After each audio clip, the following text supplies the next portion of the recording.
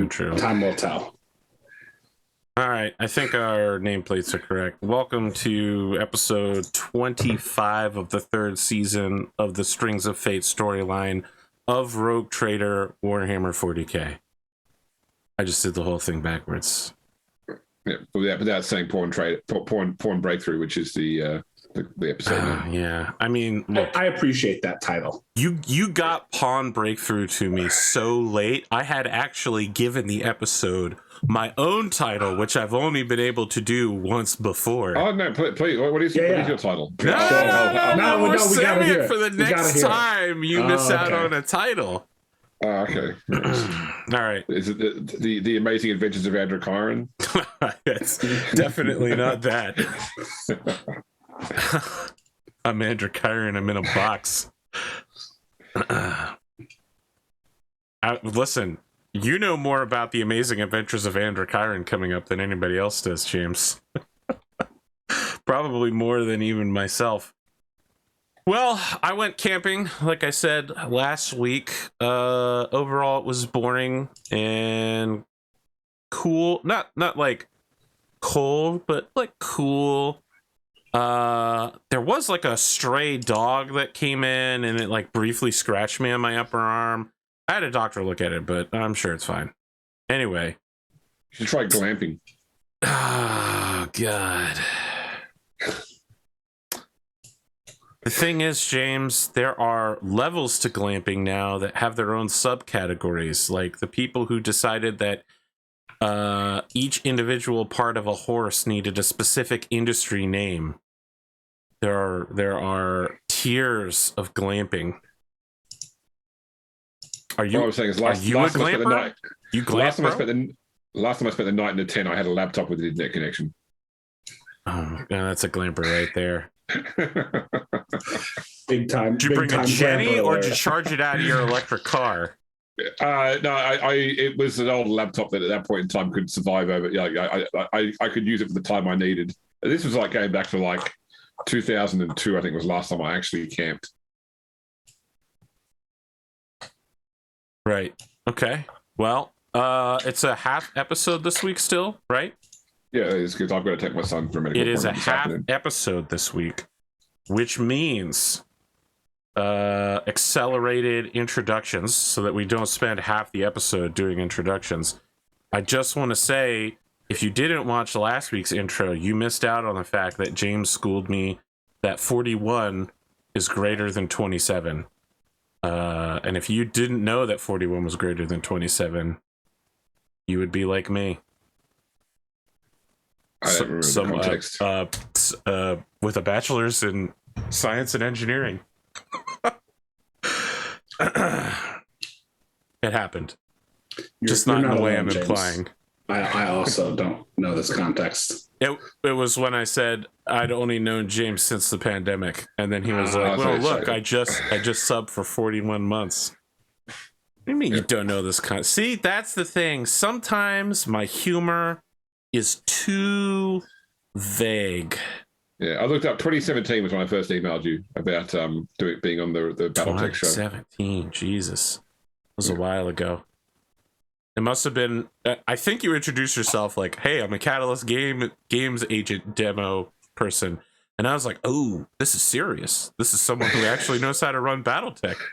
He's providing, and he's doing the thing I asked for. Providing me with the page reference for the rules corrections. Incredible. This is new to me. I've never had this before. Anyway, speaking of someone who does rules corrections for BattleTech, let's talk to, I don't know, Ponder or Spoon, whoever wants to go first. I feel like you can flip a coin on this one. I can go first. Mine's going to be real quick. I had nothing really new going on this week, so I'm basically just ready to play. Great. The coin lands on the other side. Ponda, what do you got? You're muted. You're muted. You also look like you're dying. You're still muted. You're muted in Zoom. Okay. I don't recall doing that at all, but okay. Yeah, no, my week has, I wouldn't say it's been long. It's just been a week. Play a lot of Total War, Warhammer 3. And I've started like going into a dip into looking into Vampire the Masquerade stuff. Good. Just for I've fun. also been looking into Vampire the Masquerade. Why Jason not of us? Carl's about to do Why New not York of by us? night, though, so I've been trying to figure out if literally milk someone to play that game again. It's probably not a good way to get to play the game, Dave. Just saying. that's I don't know everything if I've ever we're on heard the is same wrong about game. Vampire the Masquerade Our players. reactions are that we're very funny. That was the joke, in case anyone was wondering. Wow. yeah. So yeah, I've been dipping into looking into that, trying to figure out what to look at first, whether it's the newest edition, which is a 5th edition, or one of the older ones. I think the 20th anniversary edition is a good one to start with, to be honest with you. See, I've been concur. reading that one's not a good one to start with because it essentially requires you to know what you know gives about you the a- stuff before you go into it. I wouldn't say Yeah, so. but that's I mean, you can listen, I'm gonna be honest with you. Everybody that is your target audience for the show wants you to play 3rd 20th. That's all there Yeah. is to it. Forget everything Also, else. They're not gonna watch the 5th game edition. can be quite easy to run if you just pick a city and run with the Bible that the city offers. Like, there's definitely like splat books you can get that are like, you know, you get one for New York or whatever other city you want, and just sort of like you understand like the clans there, and you understand like the power structure, and yeah. Also, As James reaches into his, black library of RPG books. Yeah. plus, So if you really wanted to, you can use 20th anniversary edition and mix it with any of the other like supernatural monsters and mix them together and stuff. So it's a good one to start with. Don't listen to the internet, Pondo. Listen to your two friends you've never met. I mean, I've met you guys, just not in person. I suppose. Yeah. I've had some very successful Vampire the Masquerade streams that made me a lot of money, okay? You can trust in the money, okay? Okay. But It's right that you can trust in the money. That is true. So in the midst, I looked up see if anybody was doing 5th edition. So I found one group that was doing it, and then within like from my understanding, within the first 20 minutes, they're already busting out a door, pretty much saying, "Hey, we're vampires. We need to find someone. Please tell us." Yeah, And that's then pretty much how most VTM. And then it went to, "All right, we'll just wipe his mind later." I'm like, that doesn't sound like the way you're supposed to do that, from my understanding. That sounds like to me you broke the masquerade. There was a storyteller by night, I think, was a really good Twitch stream that was only VTM. Like, all they did was, well, I guess WOD. They only did WOD stuff, right? So they were exceptional. And storyteller Spira, I want to say her name is. I don't know if she's still active, but she was absolutely fantastic. And I worked with her a couple of times to do some stuff on Twitch, and she was, like, But when you find a right storyteller and a right group of people, that game can fucking just like grab you like really, really well. So I'm sorry that your first longest interaction campaign. Yeah. Longest campaign I ever played was World of Darkness. So So well, now that I know Henley has some stuff on there, I'll look for his stuff then. Yeah, so my stuff is kind of a little odd because we played the first introduction to WOD I had. We played Geist, the Sin Eater, which is a now defunct splat book for the original 2nd edition World of Darkness, I want to say. My memory's a little fuzzy on that, but some of the splat book, so I would say Vampire is not the most interesting part of World of Darkness, in my opinion. Like, some of the less powerful stuff is so fucking interesting. So Geist was you play as a human who dies, who then has a supernatural ghost attached to you that gives you some measure of power. And the power comes from you taking one key and pairing it with a lock. So the key can be 7 different supernatural types, and the lock can be 7 other supernatural types. and depending on how you combine them, you get different effects of like the powers you get. So it was I a think I really vaguely- superly interesting power. Yeah. Like I feel That was like I always the cool vaguely thing. remember actually watching it at one point. So That was it the cool might, it thing might with, not be. with It might Wraith. confuse something similar that you ran or had someone Mhm. run for you. yeah. What back about when you this do Night Wraith? City.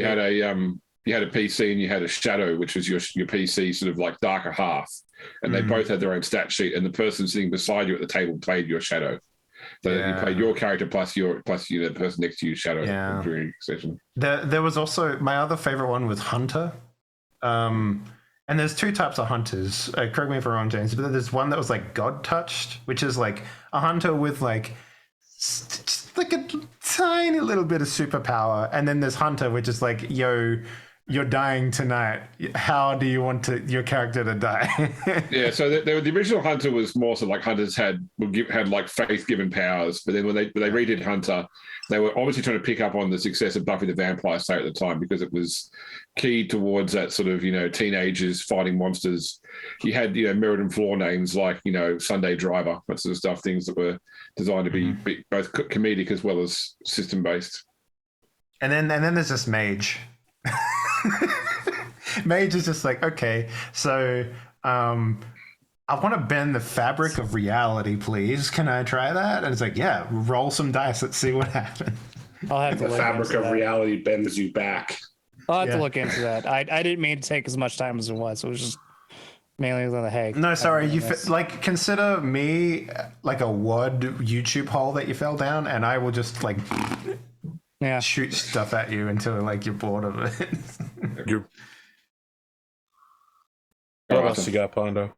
That's it. That's all I got. Man, for I'm now. afraid of what's going to happen with Dave now. It's just He's Yeah. still shooting he's stuff got at people. he's and shooting milking stuff out his things. butt. Apparently, You flipped a double-sided coin with that one, apparently. No, yeah. it landed on the side with me, and it's like, yeah, no, I don't know. I'm just ready to play. Let's just play. All right, James. All right, what have I got? My only thing I'll say is that I managed to get the nurses group together again with 2 new players. The All Nurse game. Harmacist? Sorry? Okay. The Harmacist? Although the 2 new players played a druid and a paladin, so we've at least got some healing magic in there now. Although the girl that played the paladin decided she wants to play the complete opposite of every choice that she'd make as a person. She wants to make the opposite choice for her character. Yes. So See, she's a law. are these lawful evil new paladin. time players, by the way? Yeah, Like, is it's everyone her like- first time ever playing D&D. That is the perfect starting point for a D&D player. It's like whatever you want, you do in real life. Opposite. the opposite. Just do the Yes. opposite. Right? Like, So I'm like, do you want a sword and shield or a big sword? She's like, well, I'd take a sword and shield. So my character's taking a big sword. yeah. Big swords, there you Exactly. go, for sure. So that was good. And I also managed to get my Curse of Stride game off the ground again, finding out that Chris is back from the US. So, but yeah, that's really been it for me. I've got to take my son out to a medical appointment and stuff. Then I'm going to go play Warhammer 40K for the first time. So I finally got I spent all last night furiously building salamanders, ready to go and try that out. So yeah, excited for that. Yeah, that's probably it, really. I'm sure I could go on and on, but it's a shorter game, so we should probably get on to the actual gaming part of it. Although I just realized I've closed my recap. Let me reopen that. All right, you want to? Oh, I let's see, already let's see. did. 13 minutes and 44 seconds. I'm so fucking proud of myself. Managed to cut our intros in a quarter. We should do this every time. Say that we're going to do 2 all hours. you had to do was piss me off before the game started. And it was fine. All right. Previously on Rogue Trader Strings of Fate, planning their escape from the Shadow Spine pits, the group begins trying to make allies, starting with the Rogue Trader Anya Shen and moving on to the Kroot, led by Nashrik Hak, and finally the Eldar Corsairs, led by Ral Hadar and Tariel. Adrian reveals that he has been able to organize for the group's equipment to be smuggled into the pits, showing unusual foresight as to the events that would happen. Meanwhile, Androchiron studies law within the Black Library of Chaos, learning disturbing things about truths he previously felt were absolute, and attempting to plan out how the group would finally defeat the Marionette, while also gaining control of the Blind Tesseract. Back in the Nexus of Shadows, the group works with Major Stomos and Angelaine to establish that the Madden Tech Priest can gain control over some of the pit's technology to help them effect an escape. As the escape plan goes into action, Sister Dawn steps onto the red sand in the arena, ready to face Talon Balwing at last. Thought for the day, power resides in the will of the righteous. So, as I promised last session, Dave, starting today with an initiative roll. Okay. He's already in roll 20. He's in roll 20. Oh wow, this is exciting. Oh, he's sending. Yeah, I just needed to send a gift just to start it off. So, all right. So initiative, which is 1d10 plus 6.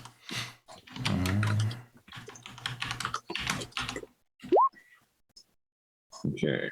All right, that's not a bad roll from me, but you know this guy's clearly Jesus, got guy, plus the 12. swinging dong. Yeah. Yeah. Okay, so put him in. All right, so Dawn's 14 and Talon's 17. Hey, look, I do better at the back end of the turn order, as it turns out in this game. So Yep. Okay, so I don't have to move as far, Arthur. Jeez, don't give me that face. No, it's because you don't want to have to charge. You want to be able to take a full round action and do 3 attacks. It took me a minute to think about it, though. So we watch as Dawn and Talon pair off. So Dawn once again in her armor with the flight pack, since her wings seem to be denied to her here in the Nexus. Sword held aloft and across Now this from is her. the sword that I was knocked out with, right? Yeah, that's right. Yes. Okay, great. Yep, I don't we have get back to to you, yeah. somehow find that in this. No, the blade of admonition Melee. has been returned to your hand. And across from you, Talon Balwing in his teal blue armor with orange accents, with a pair of what basically look like technological wings extending from his back that allow him to gain flight as well. Although they look like wings, they don't flap. They effectively function like a flight pack. He is wielding a sword as well as some sort of long-barreled Eldar rifle too. The Eldar present give some sort of announcement about who this battle is going to be, and the crowd are definitely excited. Like you can see that a lot of the guards for the pit have come up to watch this fight. They're standing around the entrances to the arena to sort of see how this goes. And Balwing takes the initiative. He basically tries effectively like a flying passing shot at you, swinging sort of as he swings past. So not enough to sort of like run up and try and strike multiple times, but just a passing blow. And Does it feel like to me that he's like He's putting his sword arts holding on his the line. punches? Sorry, Is he like? So he could, like, you guys could go toe to toe and hit each other dozens of, like, really, really quick, because you've got swift attack, he's got lightning attack. Yeah, he would rain 3 blows on you for every 2 blows. But what he's doing is by making these sort of flying passes, you're getting one shot at each other each time, plus a parry potentially. So yeah, you could be hitting each other more. He's not trying to do that, but at the same time, he's not pulling the blow as he swings in with the attack. Right. Okay. So do I have my refractor field? Yeah, field. Yeah. Okay. Because that was the conversation you guys had last session, was like, all right, so he is a hit unless you want to parry/dodge. He's at 1.9 degrees. What's his weapon? It is a sword, dire sword, in fact. Sorry, he's actually got plus 1 more degree because it's 2.9 degrees. Okay.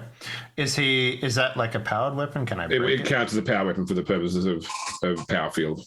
Right, You wouldn't break it if you parried it. All right, so then I'll dodge. It is the correct dodge. Okay, yep, no worries. He swings at me and I'm just like, let's weak shit out of here. Okay, so you've definitely knocked his blow away as he swings past you. Do you have counterattack? Oh, I don't know. We're at level 8 now or something, right? I can't remember. We're still rank 7. We got to hit 30,000 for rank 8. Oh, okay. I haven't, honestly, I kind of stopped counting XP a while back. Okay. So I've got 950 sitting here, but I didn't record anything for like 2 sessions or something. Probably so have. If you don't have it, you definitely have access to it. I think. I'll just double check while we. Yeah, I don't remember what we have, but See, I think I get all the good shit at like level 8. I'm pretty sure. Okay. You are a missionary. Counterattack is available as a 200-point talent at rank 6. Oh, somehow I missed that. Well, consider me having it then. Okay, no worries. I'll spend 200 points right now to have it. Okay, no worries. So because you have successfully parried, you get to make an attack as well.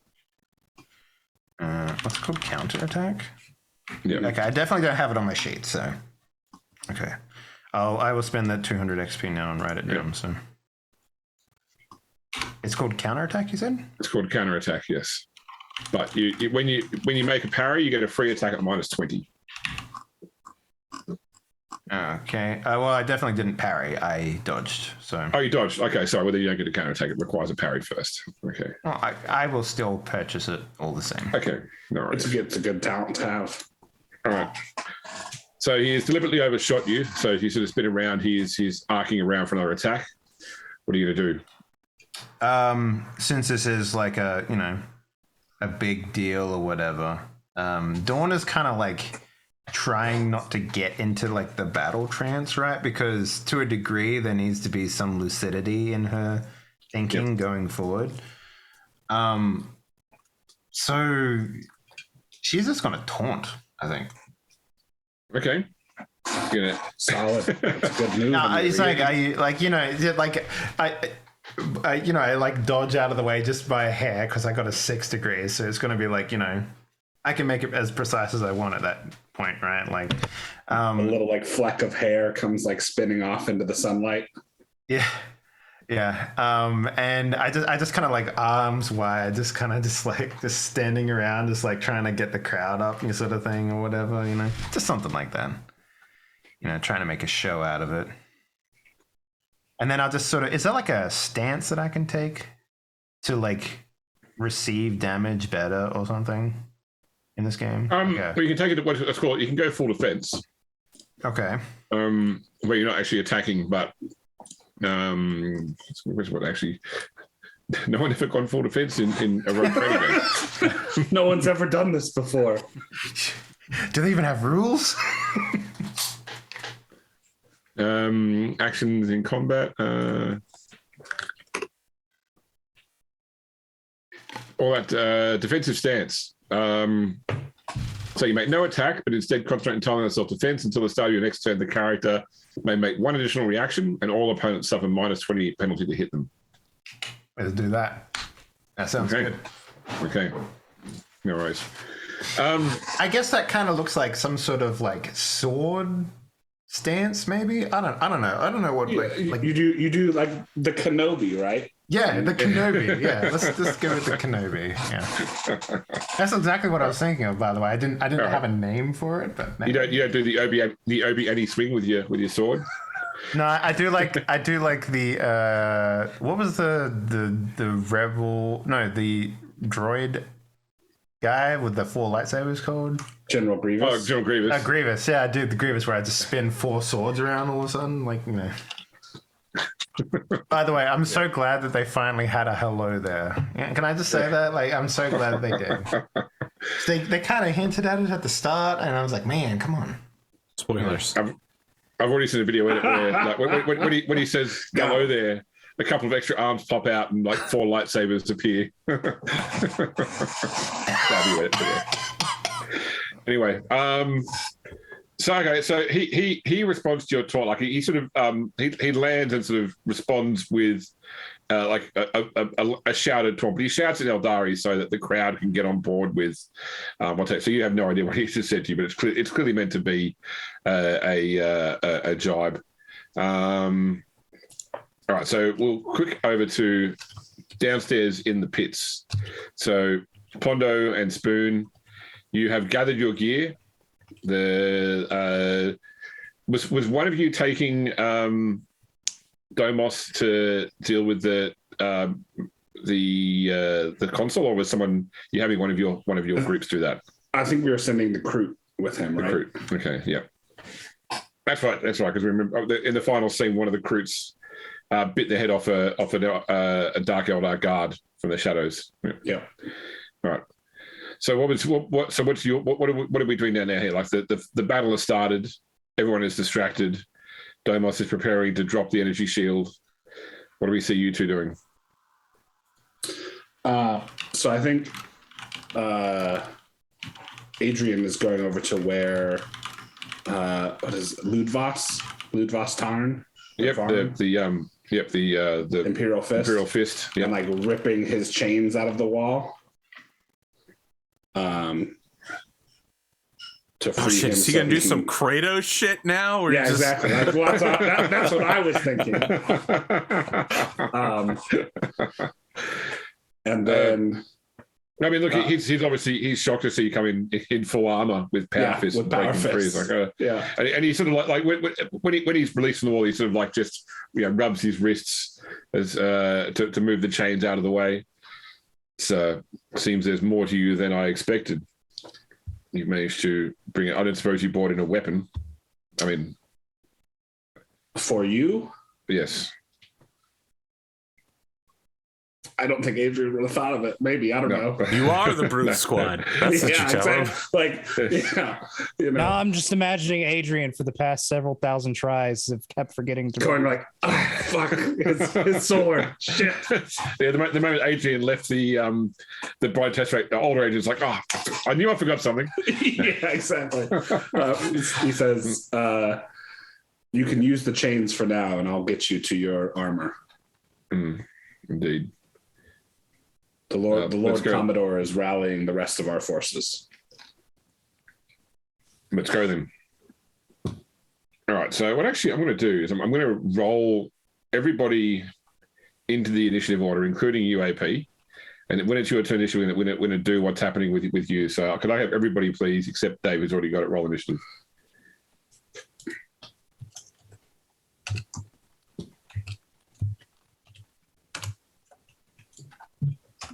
It's gonna be awkward if someone's between me and Talon. It's like, Okay. yeah, we're good. We're good. I can tell Arthur doesn't care because he has to spend a fate point to go with get a 10. I mean, it's also Androchiron, and if it was Nero, I'd never not spend that fate point. You know how Dave wants to be able to take a full, action in melee? You never not want to fire a missile launcher before your opponents can do something. You know what I mean? Like, there's really no failure state in that. Even if you miss, you still hit in a way. It's true. All right. So in the arena, Talon once again flies at Dawn to the quick cheers of the crowd. Although she's receiving with a defensive stance. So Talon Bellwing, so it'd be total of -10 because he gets +10 for his. Oh, you turn his blow away once again. You don't even need to make a parry or dodge this one. You're quick on your feet, managing to dive away from his passing shot. What do you want to do, Dawn? How far away is he right now? Like each time he sort of passes, like he's got a move of 40 with his jump pack. So effectively, he can move 20 feet towards you, 20 meters towards you, 20 meters past you with each passing blow. Mm-hmm. So with your jump pack, you could get to him, or you could pass him same way he's passing you. Has he got any eyewear? He has a helmet on. Okay. Because I think I'm going to play the villain here. Okay. In order to do the Macho Man bit. Well, not so much that, but what I would like to do is I would like to try and target to knock off his helmet if I can with a charge or something like that. Like basically what I want to do is I want to do things like play dirty and kick sand in his eyes and that sort of stuff in order to piss off the crowd and the guards more and hopefully bring more attention to the fight, that sort of thing, right? So Okay, no worries. Okay, Randy Orton, calm down. Hey, I'm doing my part. All right. Give me a weapon skill check. All right. Any? Because I'm targeting a specific point. Is there anything that you'd like? No, so I'm going to say that the penalties and the benefits cancel out. So it's a straight weapon skill check. Roger. 3.5, Nice, and okay. that, if you add in the armor, would be an extra degree, I guess. The armor, I Extra thought it was. point. Well, adds strength, so it adds damage, not chance to hit. Oh, right. Okay. Yeah. All right. Gotcha. Okay, so you will try and deflect your shot. Oh, okay. So it is actually just a parry. So your blades come up towards, and it's like as it turns away, you see like the blade scrape the side of his helmet, turning it slightly, but he's now got this like divot line in his helmet where where your blade nearly struck it, and he will counterattack if he can. Oh, it's a slight hit. Do you want to try and dodge this one? I mean, You can I should counter You can attack. parry. Yeah, I was gonna say you can parry and Parry, counter. yep. That'd be Yep. fancy. I'll do that. Yeah, I'll do that then. It's like a volley. And So that's just straight 60, straight weapon skill. Minus 20. Minus 20. But the blade of admonition is probably balanced, I imagine. Well, it is. It's balanced and it's also best quality. So yeah, you're right. It would equal out to a straight weapon skill. All right. Nice. Okay, you parried it away. All right, give me a riposte. Your own attack at sorry. So that was your parry would have been actually at plus 10. Sorry. So the parry was successful. Now you're doing a weapon skill test at +0 to hit him back because of your counterattack. Okay. So goes flail around. Very impressive flurry. It is. It's like this flurry of blows. In the space, in the time it takes one opponent to land one blow, the two of you land 2 blows on each other. All right. Let me cut in here. Yes. I just want to posit something. You hear this all the time in like D&D and Warhammer 40K and stuff like that. That like because you get one attack, people assume it's just like one person with the sword attacking another sword. I've always imagined it that they spend the whole time like throwing attacks at each other. And it's that they're able to create one opening opportunity where they could, And as you get more skilled at fighting, you're able to create more openings more quickly. I used to think that way. I used to think it was like one attack, right? But like when I played the Star Wars Edge of the Empire game, specifically the Force and Destiny, where it was like, each turn is 5 minutes, and I'm like, what? So literally that means like one lightsaber attack is like, like lots and lots third, of strikes and stuff. A third like of that, the Duel of Fates. Like Yeah, exactly, right? I was trying not to make that joke. So I don't want to go too far down a rabbit hole, but I will quickly say that I think the best system for this was the D20 Star Wars system, which is based on the standard D&D rules, where you had hit points, but you had vitality too, and your vitality went up with each level, but your hit points never changed. Hit points stayed at like 12, and the idea was that as you lost vitality, you weren't being hit.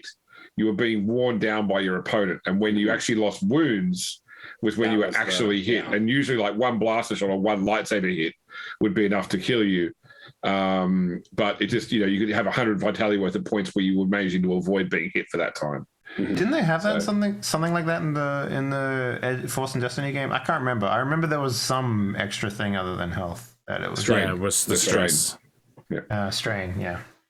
But you are right. It is so it's 6-second rounds in this game. So there is it's not like Solasta where Spoon runs up, takes one hit with his greatsword and stands there waiting for his turn. I love Viva the Dirt League doing the whole sort of joke about people taking turns. But you are right. Thank you, Arthur, for correcting my GMing. Yeah, but I'm not correcting your GMing. I want to make sure that the audience understands that there are different ways of describing. Listen, originally, I don't know if you know this YouTube channel was about teaching people how to play games. And I just stopped doing that at some point. James, just a real quick question for wounds. Yes. So I have on my sheet 10 out of 21. What's the no, you should be fully healed. You should be fully healed. Okay. Yeah. All right. Just making sure. Okay, thank you. All right. Continue, sir. All right, Adrian, you are rushing down a hall with Ludvos towards Anyalra's suite. Mm-hmm. At this point in time, there's already something has started to happen with the rest of the escape. Like the guards are sort of on the, is something going on. No formal alarm has been raised yet, but there's certainly some more noise of shouted voices and maybe the occasional crack of weapon fire somewhere in the background. And so when you round a corner and there are a couple of Cabalite warriors standing guard outside an Anyalra's door, they're already sort of slightly on edge, mm-hmm. but they are alert enough to respond. So you've got your weapons as normal. You're about 20 meters from them. What are you doing? I will ignite my jump pack in a rush. Yep. And charge one of them and try and punch it. Okay, no worries. Give me a attack roll.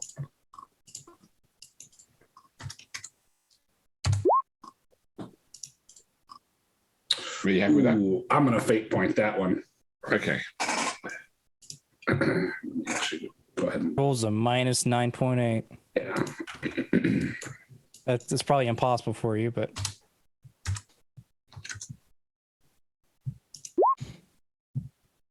Wow. Did it again. Oh boy. From an 88 to a 92. It's gonna be a long night, fellas. All right, so this Cabalite warrior moves, like liquid, and your power fist slams into the wall beside him, like tearing a gigantic hole through the wall. But he slips out of your grasp as you do so.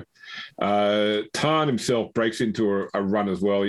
Because of his size, he's able to cover incredible distance in short order, and he attempts to attack the other guard with the knuckles that he broke Adrian's face with. That is a hit. The Cabalite warrior will attempt to dodge.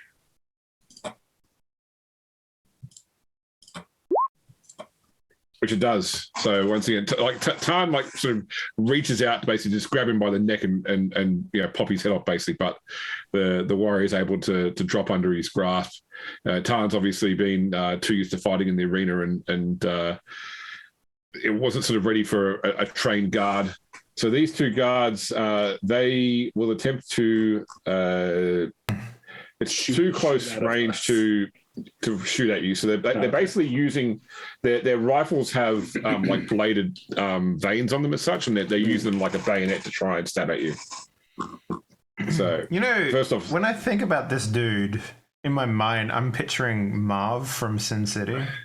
Yeah, that's not a bad one. That's sort of what I'm imagining, but I don't know if that's close. In another life, Marv is definitely a Space Marine sergeant for sure. All right. A 86 definitely misses you, Spoon, and the one at Thorne, rolls a natural 1. Okay. So Thorne still has a reaction, so he'll try and dodge by punching the guy in the face. He doesn't have he's not trained in dodge. What kind of Space Marine is this? All right, well, he doesn't dodge. An Imperial Fist. Yeah. I can imagine Imperial Fist not trained in dodge. All right. So he takes minimum damage. 4 points. Yeah, I was literally about to say the dude's gonna stab him and it's not even gonna penetrate his chest. Yeah, that's right. Yeah, it deflects off his hard skin. That's it. Stabs him. It doesn't do much. He just looks up and goes, "Oh shit."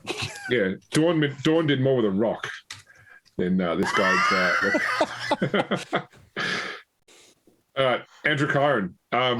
There's been you've been in this box, feeling motion and rumbling. It's probably pretty, you can't see the horizon, so it's probably making you feel a bit uncomfortable. But no, I've literally lived in a pile of other psyker bodies for the majority of my life. That's true, and on a spacecraft as well. So probably, motion sickness probably isn't really a thing. I miraculously, while I'm inside the box, I can't hear anybody else's thoughts, and I'm not attuned to the warp. It's great. Peace at last. That it. So suddenly, you hear the box being the lock being cycled and opening, and Shrain opens the box. We're outside the ziggurat, and you can see looking through the viewing ports of the tank that you've just pulled up out the front of the ziggurat. There's been no sort of like I don't know what guards would do at a place like this if like a single tank just rolled up. There's probably a bit of like confusion among what's happening here with any guards that might be around. You've still got Shrain has the detonator for the explosive. No, I don't get it. No. Oh no, you can have it if you want it. That's okay, fine. here's what happens. All right, he opens the box. Androchiron is standing like this, and like a vampire, he opens his eyes, and with his right hand, he clicks. Okay, you're gonna say no, right? I thought you were gonna say you rise up and you hit the chandelier on your way up. The chandelier inside a tank? Well, it is one of the Lord Captain's tanks. It is the tanks. Imperium man. Yeah, like as the explosion goes off, I vibe check what's happening.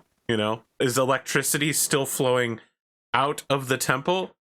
Do the guns shut down? Do I feel any psychic resonance? Like, oh, I can finally touch the warp again. Yeah. So first off, once the box is open, you can feel that connection with the warp, limited as it is within the Nexus of Shadows. And when you hit the detonator, like you hear a distant boom. Like there's no sort of really obvious external signs of the ziggurat of the explosion. It doesn't bring the entire building down. They were that big a charge, but certainly, give me a Silesians check. All right, I'm vibing. This thing that you always claim to be so bad at. Yeah, I only have a 60 in it. Okay, I got 5.6 degrees of success. I must roll a 4. I did indeed roll a 4. Good, though. That's the thing. Yeah, I was gonna say 60s. This is a D100 game, gentlemen. 60. Yeah, it's above 50%. Listen, you need 80 plus if you want to start guaranteeing rolls. Look, dude, if you had like 60% means you succeed more than you fail. AP spoiled by his shooting. Yeah, exactly. I want to succeed. Listen, I'm playing a probability game, and I don't want to play probability games. Understand? I want to succeed every single time, so people are like, "Wow, can't believe he succeeded at that. He's so good at rolling dice." Rather than role playing, have you considered writing a book? I have. Didn't you see that meme earlier this week? Failed novelist DM writing an intricate plot to force on his players. Yes, yeah, I understand. That one hurt really bad when I. That's like... I saw a great meme actually related to this. Like, what was it? If you want to play a game, if you want to play a tabletop game, like you play the crunchy ones, Dungeons and Dragons and stuff like that. But if you want to LARP, you can just ignore all the rules you want and just play modern tabletop games if you want. Like, that's the meme I saw today. And I was like, yeah, I like that one. I agree with that one. Modern indie tabletop RPGs all just got called LARPs. I mean, take that, Vincent Baker, you son of a bitch. Dave Traeger's got your fucking name. The end of the world happens, right? And you tell me, you describe your feelings to me, and I award you experience points. Eh? Yeah, I don't dress up to play modern role-playing games. That's all. I don't dress up to play any role-playing games. Oh, come on. You have a I used to put collection hats of on, my man. I used to put hats on, but then I ran out of fucking hats. There's a box over here with like 12 hats. All right? This is by far the worst. This is the worst impact of COVID overall, really, is Arthur's diminishing hat collection. I could get more hats. I just need hat space, man. You act like I'm made of hat closets. Okay. Hat closets. I think they're called hat racks. Inside your hat closet, sure. You got to do something with all these Patreon dollars you're collecting. Build a hat shack out back. I am doing things with the Patreon dollar. Oh, I'm not even gonna. I'm not. All right. So anyway, what do I get for my Synesians? We still don't know. So you can sense that that whatever connection that the Soul Reaver had with the city has been severed, and so around you can see like the telltale signs of electrical impacts for the city. Things start to sort of flicker or brown out as the conventional systems struggle to cope with it. Now, first off, what that does is that actually frees somewhat the psychic power of the Soul Reaver. And on top of that, you can sense it's got all this energy flowing into it. It's like every time something dies in this city, the Soul Reaver becomes more powerful. And suddenly now there's an uprising happening. A lot of people are starting to rapidly die. All this psychic potential is being drained into the Soul Reaver, and it in itself is becoming more and more powerful. Although it's not actually doing anything to the city, whatever it is itself is becoming more powerful and more sort of self-functioning. That's probably fine. Probably won't explode at all. Yeah. Or just suck everybody inside of it. Who knows? All right. I have a follow-up question. Yeah. The Soul Reaver is literally a ship, right? It's a ship buried underneath. And we also believe it to be, if not a living entity, some sort of thinking entity. Yeah. All right. I want to reach out to it psychically using my communication skills. Okay. No worries. Peace. We'll come back to that. No peace. What's the easiest way to get peace? It's like with a knife. We're going from Independence Day to Starship Troopers? Hell yeah. To Simpsons. That was a Simpsons reference, in case you're wondering. We're just we all three of us went a different place. Yeah. All right. So Pondo. Pierre has managed to gather up, the forces supporting him, which for the moment is largely Shen's forces, and just like miscellaneous slaves that have sort of realised something is going on, and they've picked up whatever cudgels they can. Pierre, once he appears in his full armour and weaponry, is clearly a beacon they can all gather around. You've basically worked out what is the main arterial route out of the pits. Now, it's a massive bulkhead that is powered, so it actually getting out of here will rely upon Domos managing to cut the power, but at the same time, it's also well guarded. So, effectively, a lot of the Dark Eldar have sort of moved to this position to defend the main doorway. There's a couple of grotesques, along with several Cabalite warriors and witches, but you have an army ready with you.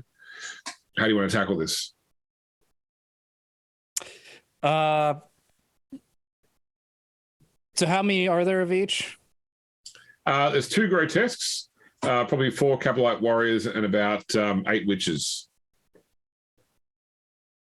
Oh shit, that's a lot of witches. Okay. That's slightly worrisome, actually. Okay. None of them are particularly well armored, right? No. So the witches basically don't wear armor at all. The Cabalite warriors have some sort of hardened carapace, and the grotesques are just slabs of muscle. This is where I wish I had a Nero just to deal with all with a rocket launcher. I think the situation is, I think Pierre is going to attempt to.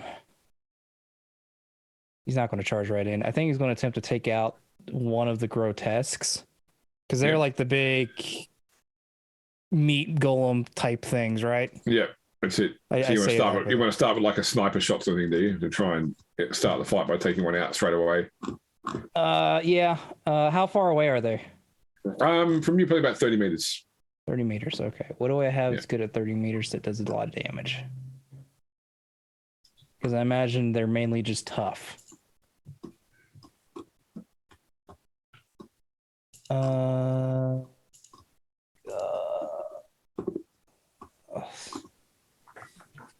This is where I wish I had my custom Mega Blaster.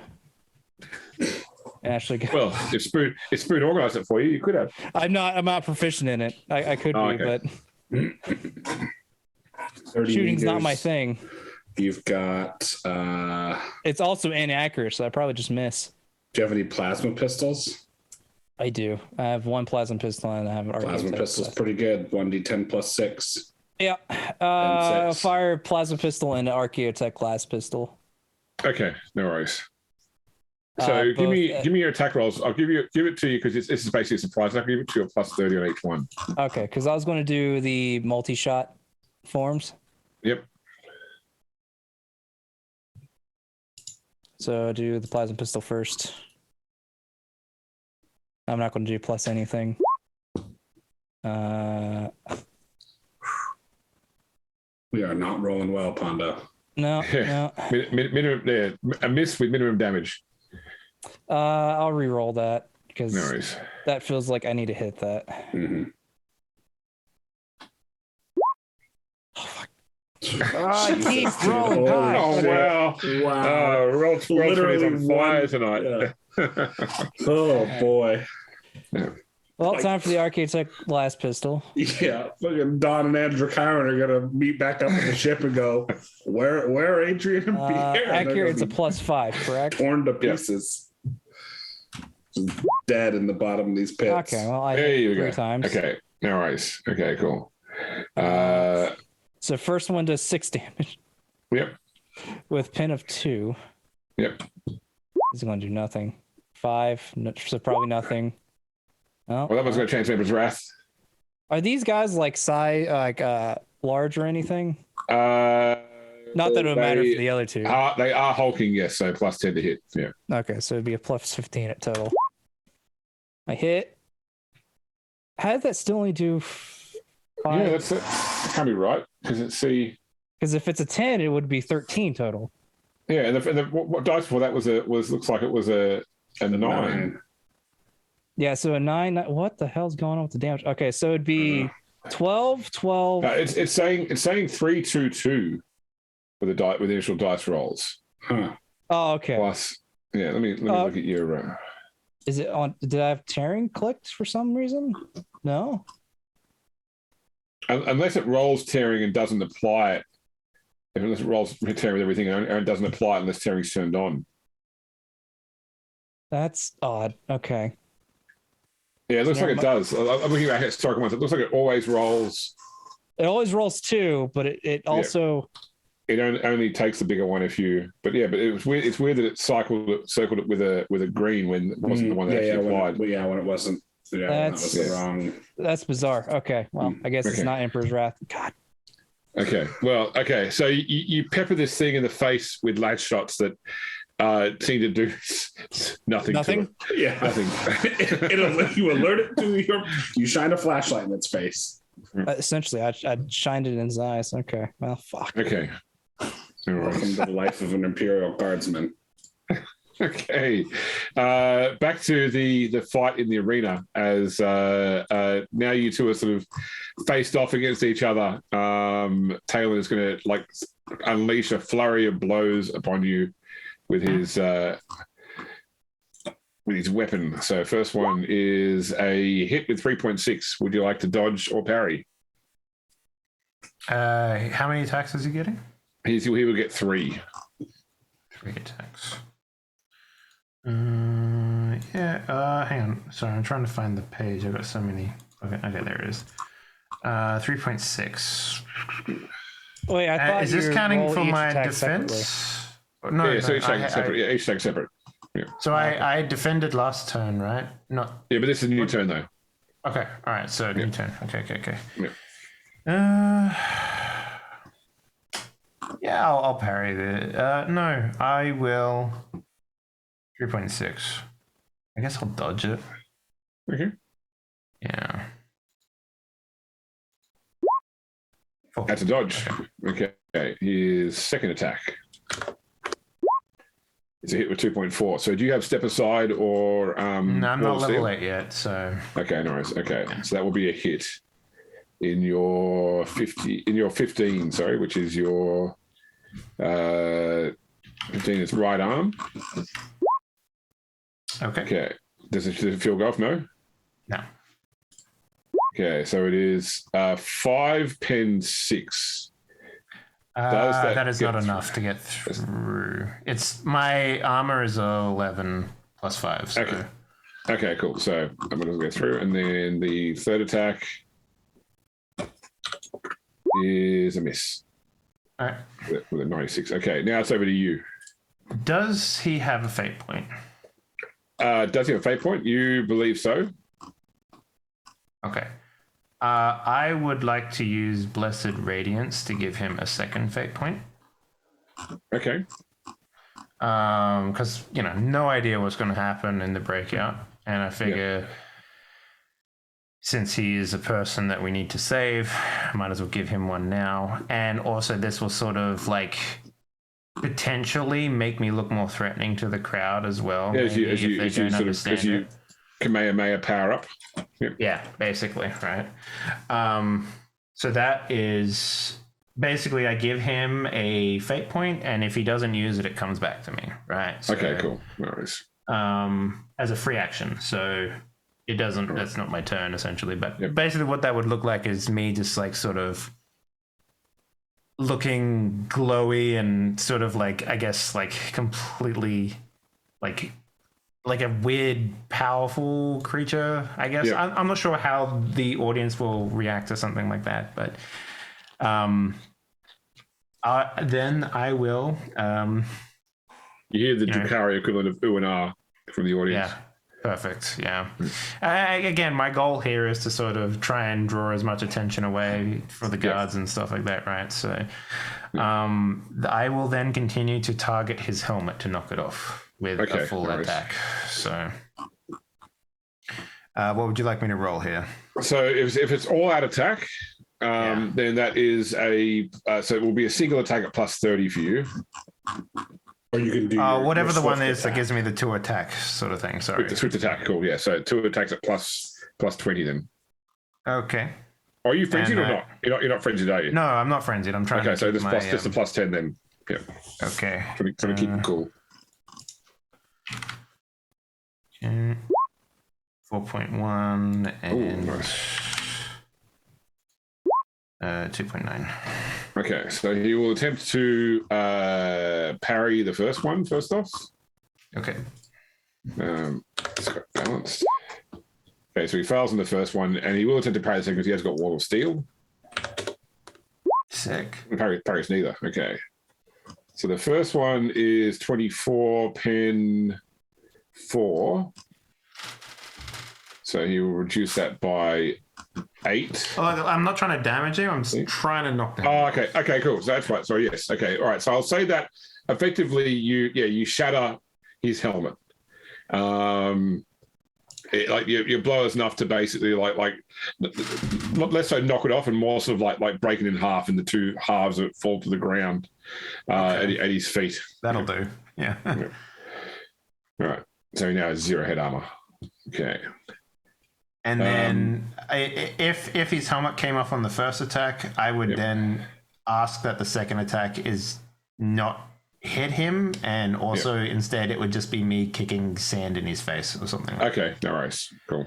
All right, so he sort of reels back. And then while he's reeling or whatever, I would then take the opportunity to continue to taunt and piss off the crowd as much as I can. I'm trying to be the heel, I guess, right? Yep. Like trying to, I mean, don't get me wrong. The crowd hate both of you. Perfect. So but and if anything, if WWE 2K22 or something, it's like you don't put 2 heels in the same match. But apparently Andiara hasn't played that game. All right, Adrian. So you and Tard are tussling with these 2 Drukhari. What do you want to do? So I will take my swift attack plus the third punch from my offhand power fist. Okay. Come at me, bro. So there's the first one. Fuck me. Awesome damage. Good one too. Holy shit, would that be a good one? Man, 37 damage? Oh, is that because it rolled Power Fist doubles my strength bonus. Which in power armor is an additional several points. Yeah, no kidding. Nah, I'm not going to fate point that one. I might fate point this next one though if I need to. Why is it plus 15? Because doubled strength bonus is a 7, so it doubles to a 14.5. And then +1 from best quality power fists. Just note when you're doing melee weapons in Roll20, don't put your base strength bonus in. Just put in whatever a bonus above because it will automatically add your strength.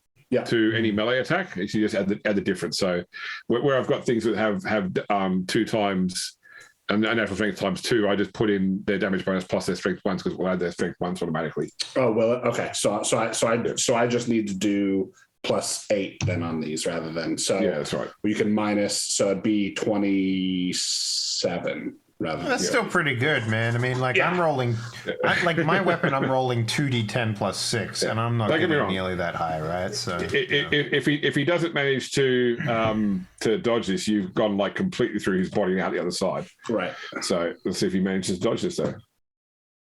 You're now the cow from Kung Pao. No, okay. So you to completely destroy this Drakari, just tear him apart basically with your power fists. Or Huey. Like his torso is punched away, and his arms are just kind of hanging there for a second along his head. All right, Tom. The corpse stays in air because it's like a clipping James issue with the game. and this is mainly for just Adrian and Pierre, but we are hulking, so they're easier to hit us. Yeah, that is true. Okay, no, I assume. Okay, cool. That is the downside of having the regular power armor instead of the light. All right. So Tarn is going to just punch this guy 3 times. So first one will be a hit. Second one will be a miss. Third one will be a hit. The guy can try and dodge the first one at least. Dodge. Okay, no. So he's got 2 hits on him, which will be 11 and 16. Pin 0 for his fists. He'll take 4 and 9. That kills him. Yeah, he just punches this Cabalite warrior to death. Yeah, I didn't expect much. Giving you a Eldar chance are very to, squishy in combat. That's Yep. Giving you a chance to enter Andiara's estates. Okay. Yeah. Androchiron, you were attempting to communicate with the Soul Reaver. Give me a manifestation roll for telepathy.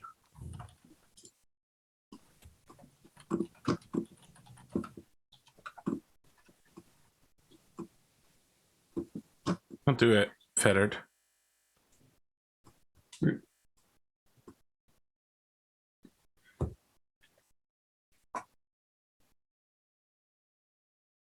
I did roll doubles, but because I did it fettered, it doesn't trigger perils, right? Okay. That's right. You can't roll perils on a fettered attempt. Okay. All right. So the mind you touch is very alien to you. It takes you a few moments to sort of sort into any sort of scope of reference. In fact, for you, it's almost like you form like a mindscape. So I'm going to ask you a question. So one of the first things that psychers are sort of taught in the Imperium is to basically create their own mindscape, which is sort of like their safe place. So what does Androchiron's safe place look like? Is it a place from memory? Is it a place he's created? What is that like? I think for Androchiron, it's actually the throne room of the God Emperor. Okay. That was the greatest triumph of his life when his soul was cleansed of all of the warp taint. I'm sorry, my mind instantly went to the parents from Dexter, the cartoon, where you can't see them, but was it Dexter that had the parents? No, or Charlie Brown, I guess, right? It's just like it's just like torsos, it's right? It's only from So I'm just imagining down. I'm just imagining Androchiron sitting there, and then the God Emperor puts his hand on his head, and ruffles his hair. It's like, oh, you little such and such. Yeah, and like all we see is like the God Emperor's knees as he's sitting in the throne. That is probably canon, given how big that guy is. All right, so you sort of you because when you use astral telepathy, what you basically do is you're referencing your mind to their mind and interpreting symbology in order to actually create. I give a different symbology then. Yep. I give a symbology of the planet we found the lost captain on. Okay, the old world, the maiden world. Yes. Yeah. I give a symbology of predators and prey in a forest, hunting and stalking, and I send an image to this thing of a predator that has been taken as a pet, something that has been tied to a tree, and it's a feeling of sorrow, regret. I'm sad that that's what this thing has become, and I'm about to start provoking it to say, oh, what if there was someplace else where you could go that wasn't here, where you could, hunt freely, wildly, like you're supposed to. I'm gonna try to entice it to leave by implying that what's happening now is sad, pathetic, and bad. All right, so it's not a mind you can talk to, so to speak, but certainly you images. So what you can glean from it is that the ship's mind is relatively simplistic, almost animalistic in that same respect. But when Zagar Cool's body was interred in it, it effectively is absorbed like part of his, like it understands what the Drukhari are and understands what's going on in this city. In many ways, like some of its motivations are triggered by, the people that Cool wanted to bring down, like his enemies in life, for example. But by the same token, it is angered by the duplicitous, scheming nature of the Drukhari, and the fact that it's been held in bondage for so long. That's good, because that's part of my plan. Yeah, it doesn't take much to push the Soul Reaver towards the concept of maximum destruction. Once you sort of snap out of your mindscape, the ziggurat is clearly rumbling. You notice several jet bikes, probably about a dozen of them, leaving the spires of the ziggurat, heading in the direction of the Shadow Spine pits. Probably Strain notices them as well and orders the gunners to fire them, but they go too fast for the Lehman Russ to swing its barrel around to actually get more of a parting shot in their direction. I'm going to lean next to Strain and say, Inquisitor, I know we came here to deal with the Soul Reaver, but I think we should leave now. It's like the whole temple's like,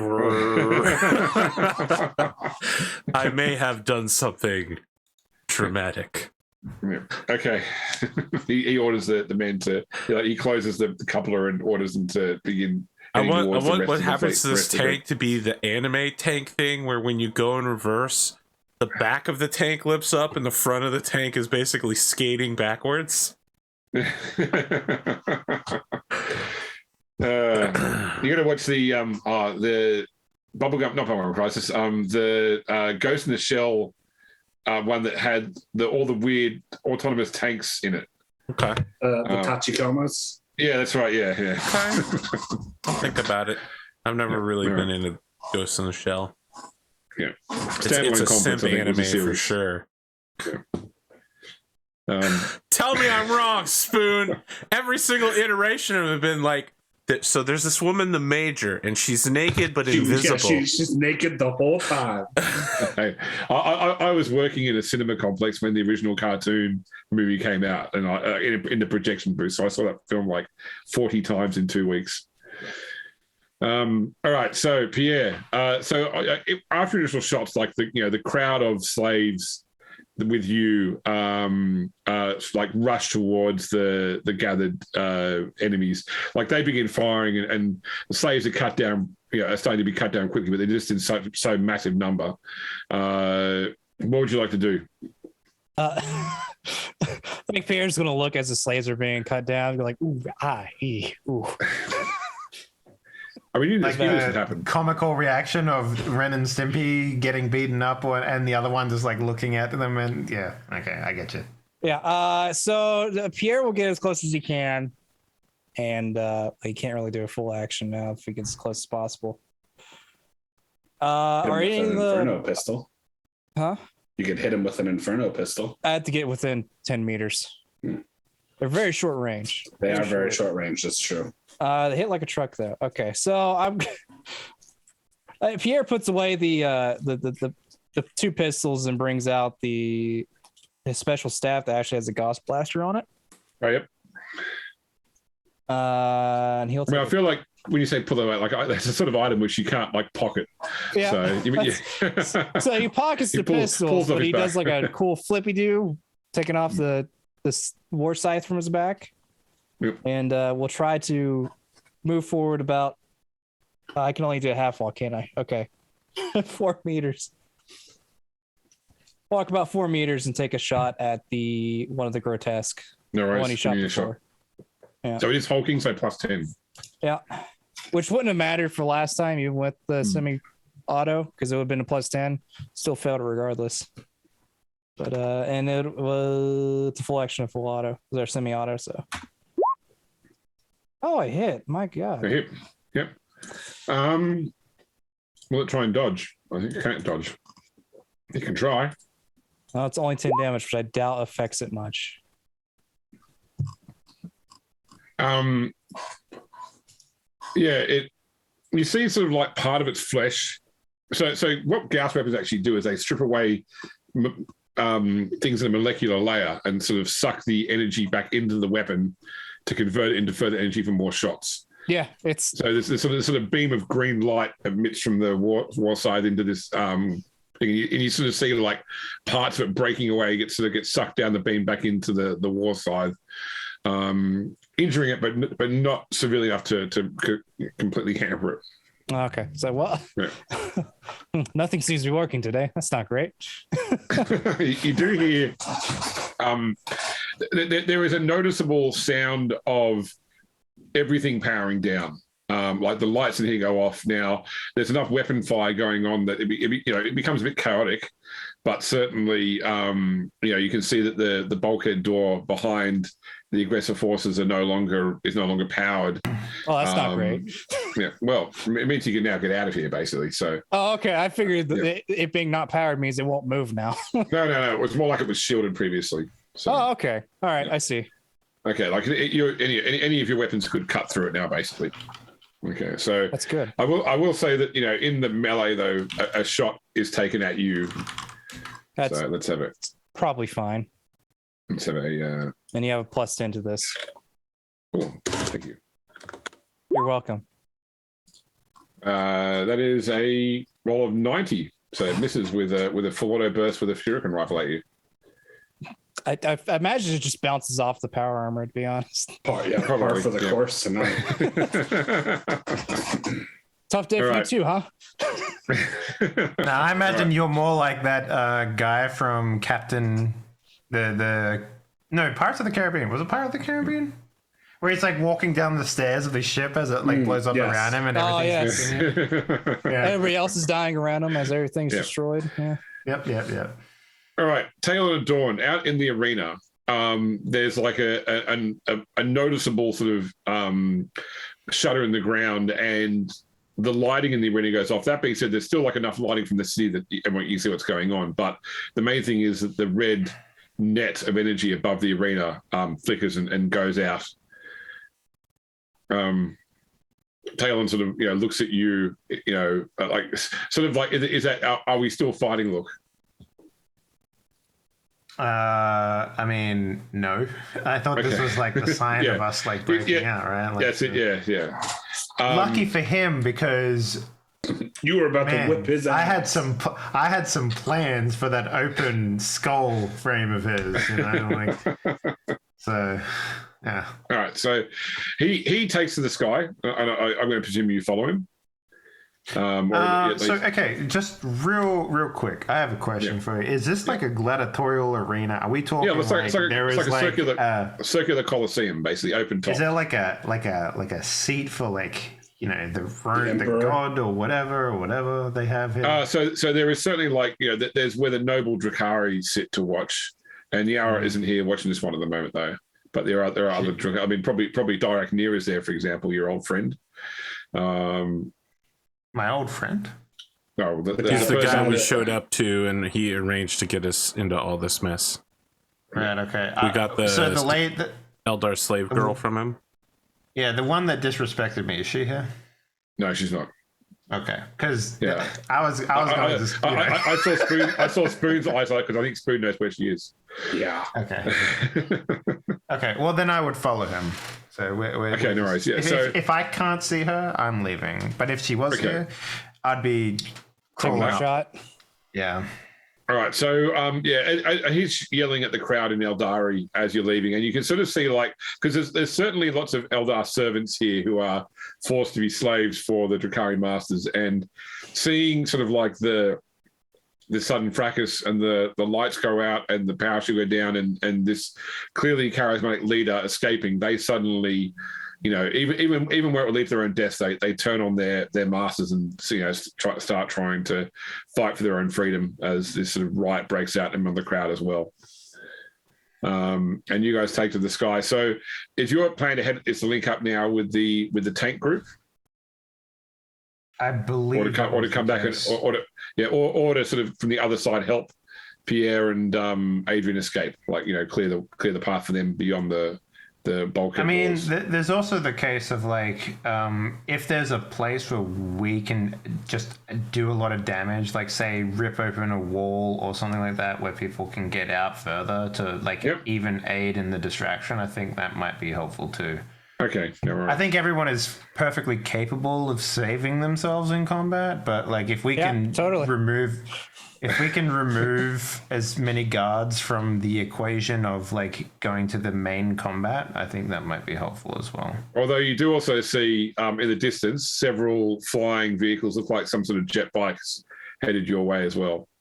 Okay, well maybe we intercept them, right? Okay. Yep, no worries. That's They're probably That's a they're cool responding. scene.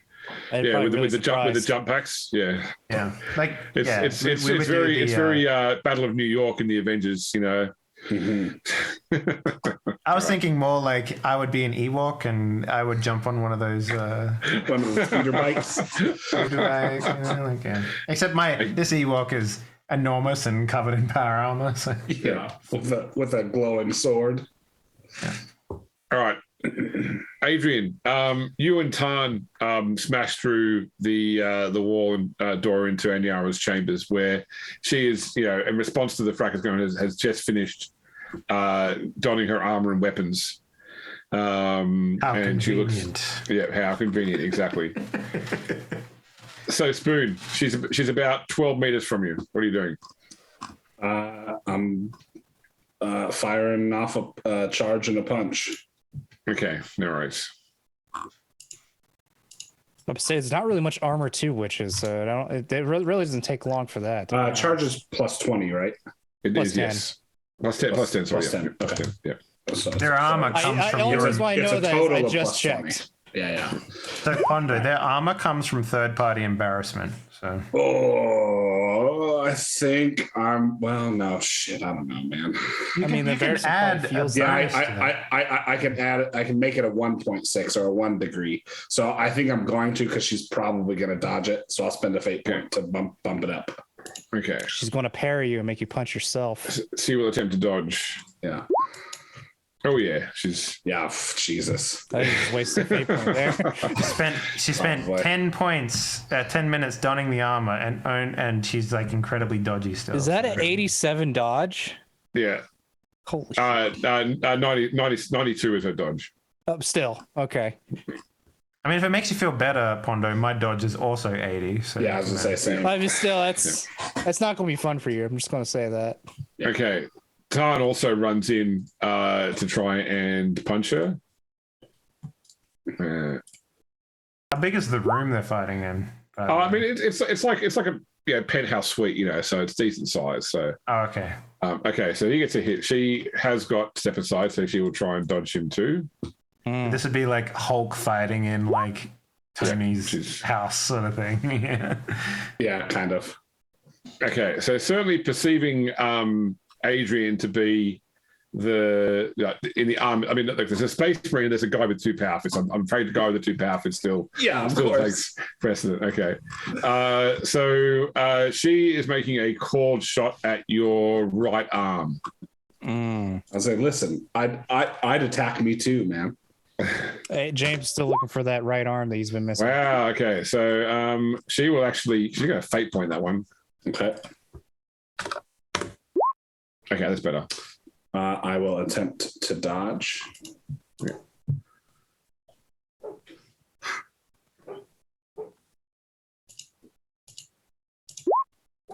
Oh, nice. Okay. So she's attacking with one of those swords like whips out into a flail, basically. Okay. Yeah, cool. that's right. Yeah, razor flail. Yeah. And she has swift attack. She can make a second attack as well. That is exactly a hit. Have you got step aside to I make do another not dodge? have step aside, Okay. unfortunately. All right. So this will be 11 pen 3. Okay. So I will take that 1 toughness. I will take 11 pen 3. I'll take 4 points of damage. Okay. So because you've taken damage from a crippling weapon, Yeah. so what happens basically is like little metal shards break off the edges of it and like stick into your flesh. Mm-hmm. Anytime you take more than a half action in a turn, you take 5 points of damage, ignoring armor and toughness. Okay.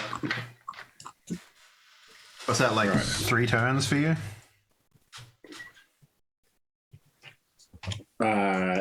So I actually only take 3, but yeah. So I've got. As long as you're taking any damage from a cold shot, it applies. If she does no more damage to me, I've got like 4 turns left. How do you fix that? Can you fix that? You need like a Medicaid check to remove them. Okay. Yeah. So you're saying you just need to get like 1 good hit in. Yeah, I mean, literally, that's This is death by 1,000 cuts, or whoever gets. Yeah, touched if anyone touches her, she's dead. Don't worry about that. You know, it's just hitting her that's a problem because she's got you've got 2 dodges and she can reroll her first failed dodge per turn. All right, Androchiron.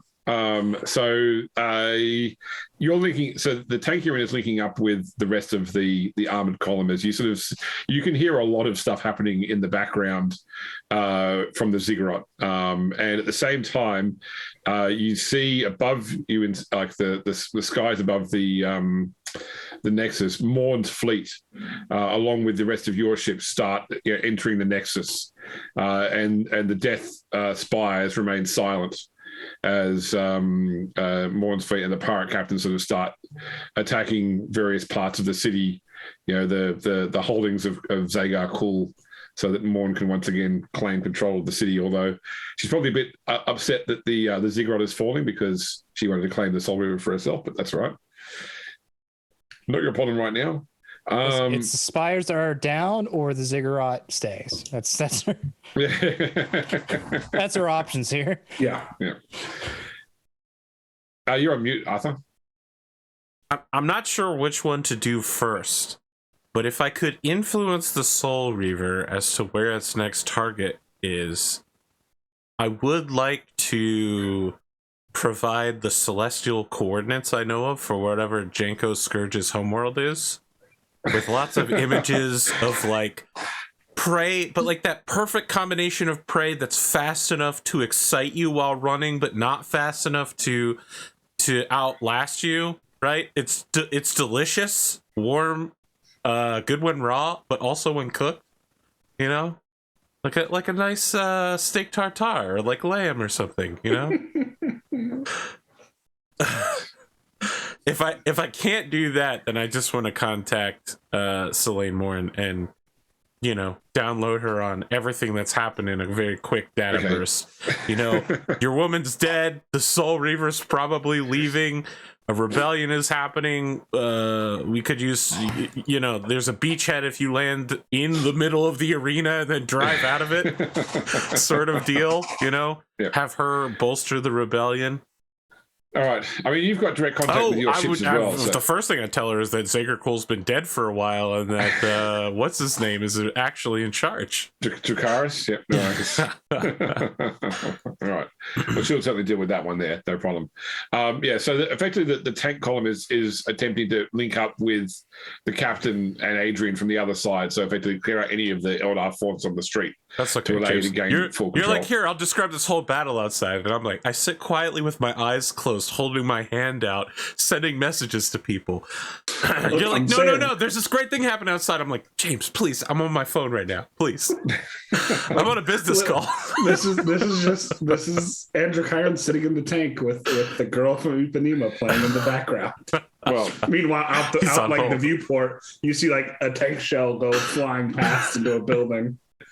See like jet bikes, just smoke coming out of them as they collide into a building, and then like a dude goes cartwheeling past, and I'm just like, could this guy keep it quiet? Okay.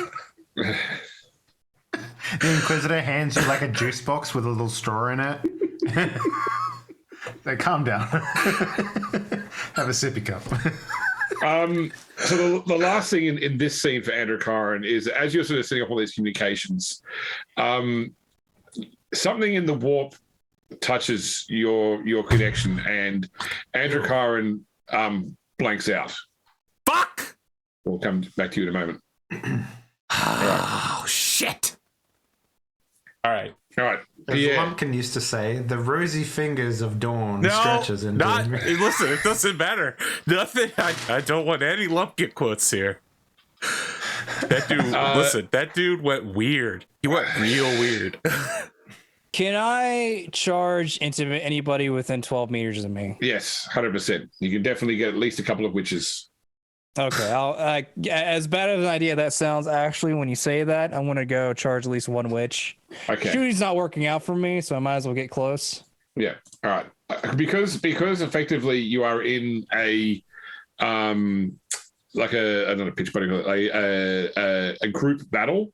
Nobody can take like dodge or parry actions as such. So because it's like fighting a horde. You're a part of a horde fighting another horde. So if you hit, you hit. I can't dodge. Okay. I don't like the fact that I can't. Or can I dodge?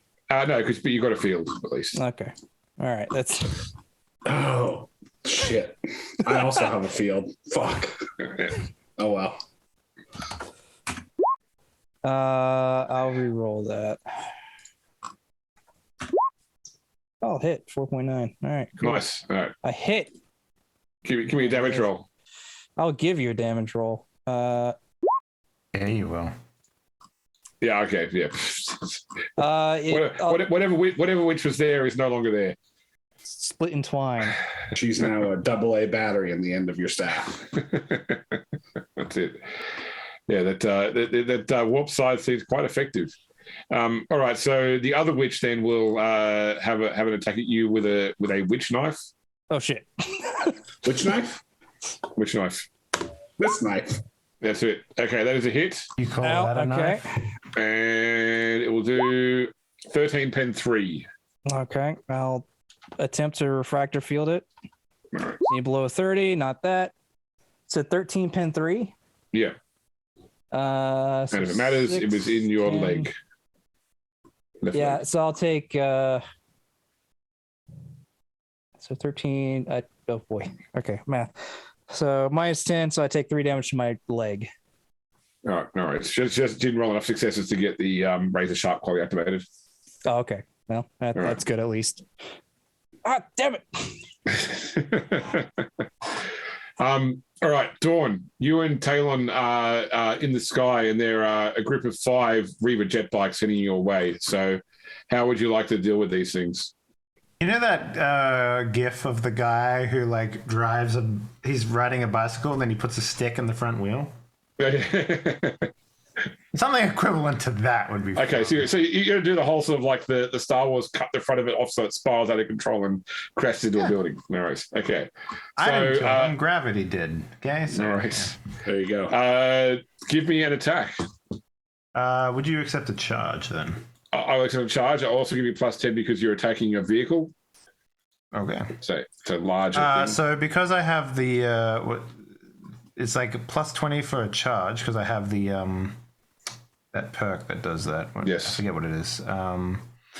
Berserk There's something that charge. does that. And then it's a plus 10, you said? Yes. Okie dokie. So plus 30. Yeah. 7.1. Okay, that is definitely a And hit. I think I can reroll ones on damage. Or am I thinking of something else? No, I think you have something that lets you reroll ones. Oh yeah, Blade Master. I know. I know you've Blade done No, that. that's failed melee attack. Okay. Wait, am I thinking of a different game? I might be thinking of a different game. Possibly. Yeah. 5e. 5e probably. Yeah. Great weapon fighting.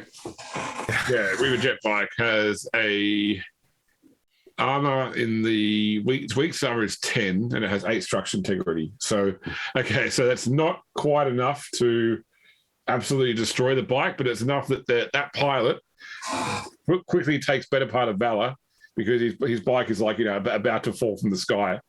So he will certainly quit the field. So it's a power sword. Does that mean it does the thing where it like destroys it or something? Oh, right, you got pen 4. So yeah, you're right, it's true. I'll reduce armor too. So yeah, okay, yeah, you cut the front of the bike off, and yeah, it spirals, swings, in a death spiral, crashing into one of the spikes behind. Are you kidding me? Alicia. Henley just argued that he parried a fucking flying motorcycle. Is that what just happened? You can joust me all you want. I got a joust tattoo. Okay, like we're golden. So. Got a fucking ostrich, huh? Yeah. I do. Yeah. A Okay, knight riding Taylor- an ostrich. Yep. Kalen will attempt to stab one of the Reavers as he flies past. And he will hit. Nice. Okay, 13 pen 6 is enough to hit the rider, and then the die sort of quality goes off, and the guy dies horribly. I'm not need to roll because if you get damaged by a die sword, it does extra damage, ignoring armor and toughness. Oh, Yep. Sounds painful. yeah, that sounds and he probably even though he's got his wings, he actually probably takes control of the bike. swings on the bike. Yeah, That's it, That's the best. And does like a flying air mono, like where you goes on the back wheel that's in space for some reason. Yeah. All right. So Spoon, Yep. you're fighting Aniara. She's up close now, so I'm gonna take the 5 points of damage and do a swift attack +1. No worries. So This is a bold move. Oh, yeah. fuck me. God damn, dude.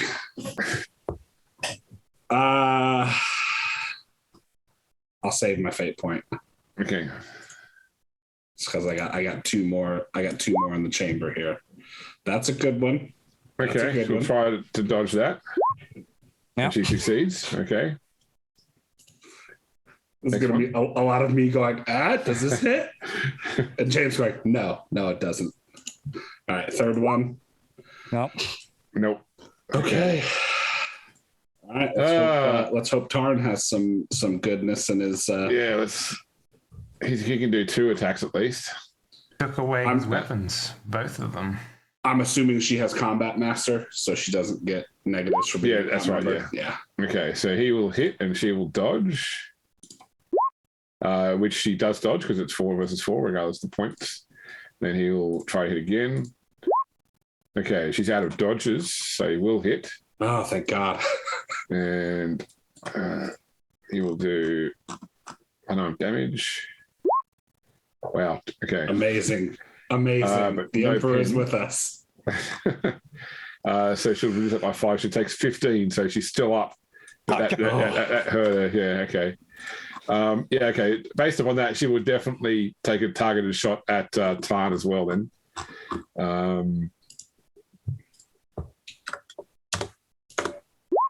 okay, she hits him. He can attempt to dodge this. Okay, so she gets him. Will be enough to do any damage to him though. He has exposed flesh. Well, I guess he might have unnatural toughness, doesn't he? Yeah. So she does exactly 2 points to him. Oh. But that's enough to make him crippled as well. Yeah, that's enough to rip into his arm or his skin. Yeah. Okay. She gets a second attack too because she has got swift attack. which also hits. Does he have step aside? He does not. So Is called shot not a full action? no, she can do it as a half action. Oh, of course. I should have known that. Okay, cool. So he takes a further 4. So he's not looking badly hurt. He's just looking annoyed. Mm-hmm. All right, I'm going to come back to Androchiron, even though he's next, because we're going to finish off these other scenes. So Pierre. Okay. Is there a way I can shimmy around to maybe get a? Well, no. If I shimmy, I take a half action. Yep. Do I really only have one witch on me at the moment? Well, I mean, you can only one person fight you. You can reach anybody else within the melee pretty quickly, though, if you want to fight a grotesque or a Cabalite. Fight a grotesque. That sounds like a terrible idea. Is there like reactions? Like I say, I leave, she take an attack at me. No, it's not that sort of thing. That's fine. Okay, I'm going to go after a grotesque and charge. All right, you go at it. Give me an attack roll. You get +10 as well for it being hulking. Okay. Should. Oh, okay. All right. I barely got it. That's enough. Cool. You hit it. Roll damage. It's already got like several mono swords sticking out of its flesh where it's killed people who have stabbed. Yeah, the scythe has felling 1, so it ignores 1 level of natural toughness. Unnatural toughness. Yep. Okay. Cool. So that is a big hit. And it's pin 9. Ooh, yeah, that is a big hit. Yeah. So we'll reduce that only by 5 total. So it takes 18. All right. Look, this grotesque. Thanks to all the other. If it was a complete uninjured, it would still be okay. But this one's been in the fight for a bit as well, so you're able to like sort of drive the war side down, where its head meets its body and like carve straight into its chest, and it collapses to the ground, definitely dead. The people as well managed to get the door open, and so they're starting to sort of push past the Eldar warriors out into the corridors beyond as well, and like the motion of the crowd is sort of starting to move you along. Make it harder to outright fight, although we will say that one witch gets one more stab at you before you are getting away, since it was your turn. Yes, give me another paper cut. Yeah, I will. Another witch knife. Oh, sorry, +10, so that would 1.6 degrees. That's unfortunate. Okay. So 11 pin 3. Fractor. Which it fails. I think it'll do 1 damage to me. Yeah, because I 10 regular. Yeah, I'll do 1 damage. All right. Take 1 damage. It wasn't enough to activate Razor Sharp. That's fine. All right, Talon and Dawn. There's still 3 of the bikes left. What are you doing, Dawn?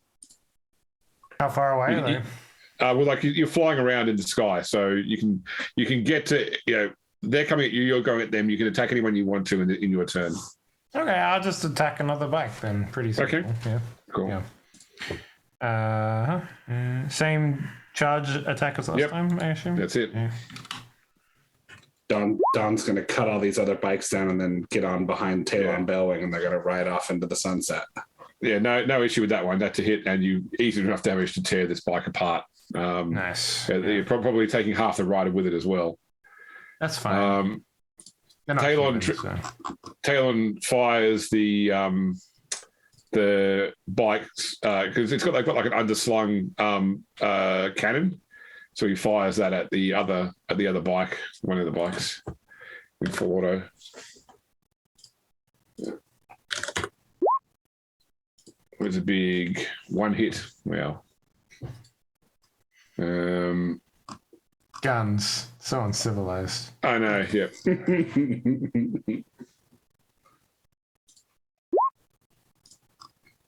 Minimum damage too. Okay. Yeah, he just hits like the blade accoutrement on the bike. It doesn't actually have any impact on its flying ability. It's just scratched. All right, Adrian. I will take another 5 points of damage to do a full swift attack. All right.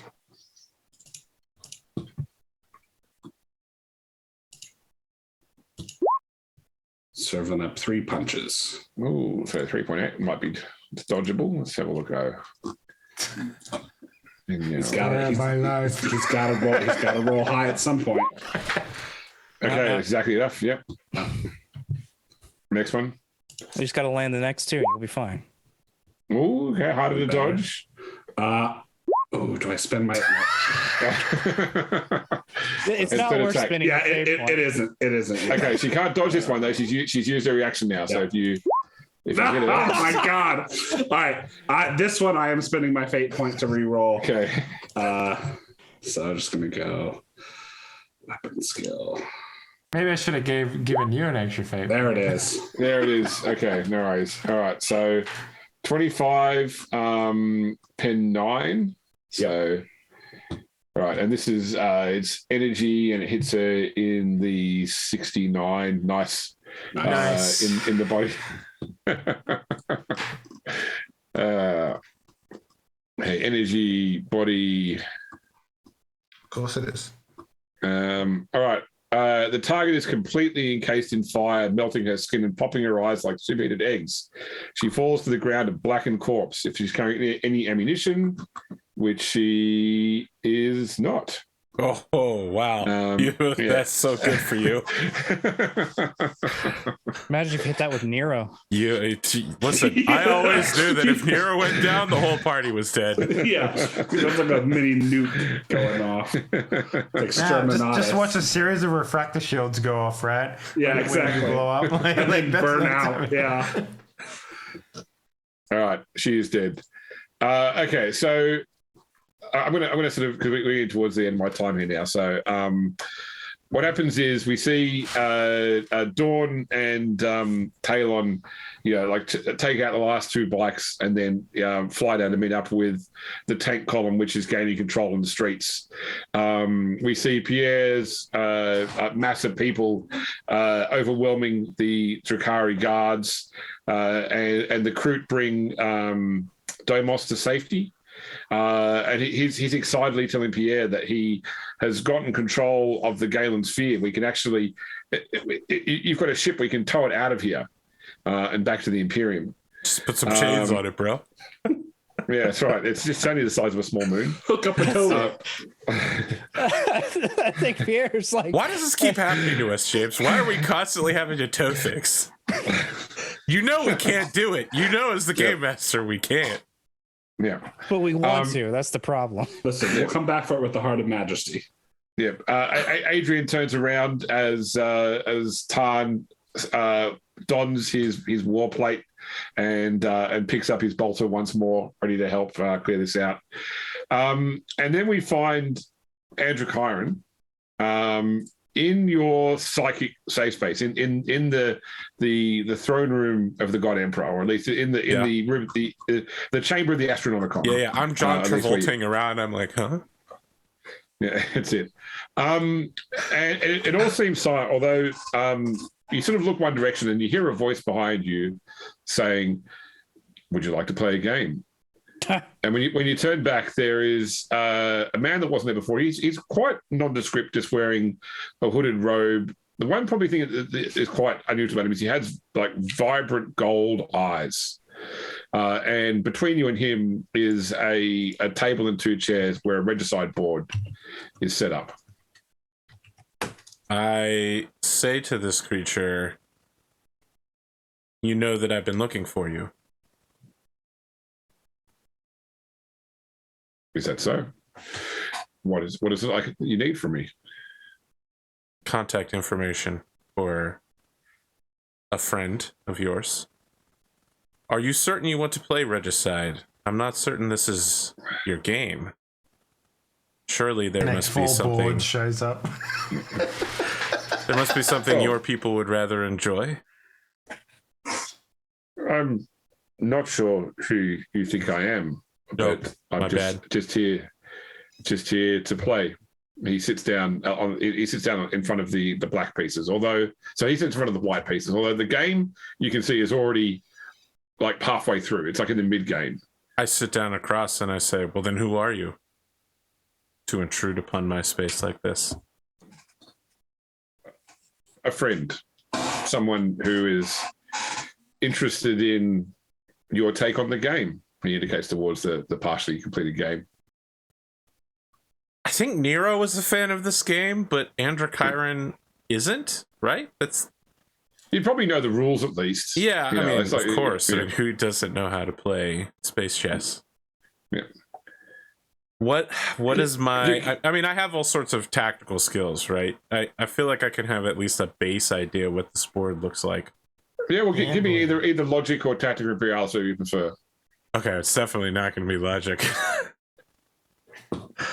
I'll just do a common lore. Tactical imperialist, right? Yeah. All right, so this is at a -20 then. Yep. Okay, so the game is in the middle of what's called hooded regicide, where effectively when you play hooded regicide, all the pieces are covered, so you don't know what the pieces are. You've got to sort of watch your opponent. So you know the moves all the various pieces can make. So as you watch your opponent play the game, you've got to try and remember what piece is what on their side, and only at certain points do pieces get unmasked. So some of these pieces are unmasked, some of yours are unmasked. So you don't, your read on the game is not rudimentary because you haven't played the game since the start. So you can't necessarily say what some of these pieces are because you didn't track them across the board. But it looks basically like he's in a very bad place. Like the white side, no, you're the black side. The black side is definitely it feels like it's winning. You're probably less than 10 moves from a mate.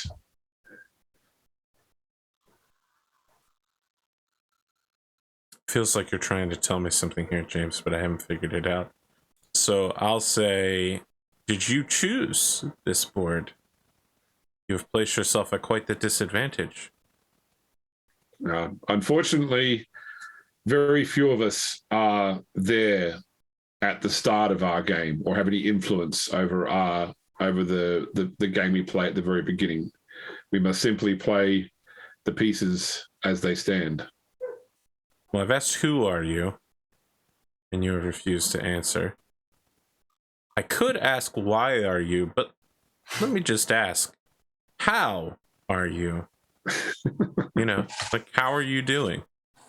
It must be rough putting yourself at such a disadvantage or existing in such a time frame. But, just I've been in a box all day. Just felt like some casual conversation. And as this is happening, I am not going to probe this person's mind because I'm worried that this person is considerably more powerful than I am. I have played this game many, many times in my life, and I have gotten back from worse positions than this. So the game itself does not bother me. I'm simply seeing what outcomes can be achieved. Seeing what victory is possible, if it's possible. How surgically disassociative of you. Can I ask why you're playing with me? Because I think that the moves that you make in this game will be the ones most interesting to me. Fuck, that's a terrible answer.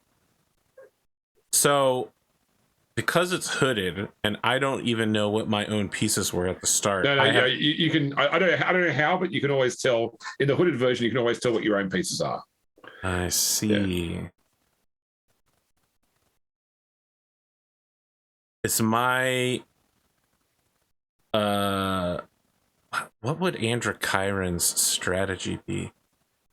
As a Demon Slayer, his strategy has always been kind of Nero-ish. It's just a straightforward cut. Get in as quickly as possible. Use the Force Staff. Try to knock out with a one-hit kill. I mean, he went up against the whatever Kairos the Fate Weaver type thing is, the giant bird thing. Yep. Right? Yeah, he was literally change. mealing that for like 2 turns with absolute zero support. So I feel like Androchiron's strategic response would just be a overwhelming. If it's anything like chess, controlling the center of the board provides a lot of benefits. So it's just a straight cut down the middle towards. Maybe it might take longer to get that mate, but whatever will secure it methodically, straightforwardly. No tricks, no guile. Covering all your bets, but relentless advance right down the middle. Okay, no problem. So give me another Tactica Imperialis one, maybe, just to. Tactica Imperialis, or as it's known, something I'm not as good at as Sinicians. Okay, the coin still came up heads. Okay. Let's just see.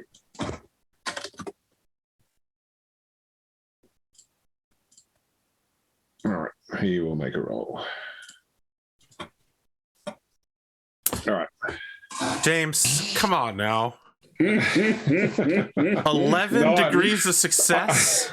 No, I thought it would produce the character's name actually by mistake. No, I didn't do that. Okay, anyway, I have my theories. Yeah. So as you play the game, every now and again you feel like you're being maybe lured into something, or you're not sure. It's hard to read because he just sort of plays the game nicely, and in the end, you realize that you're in a stalemate.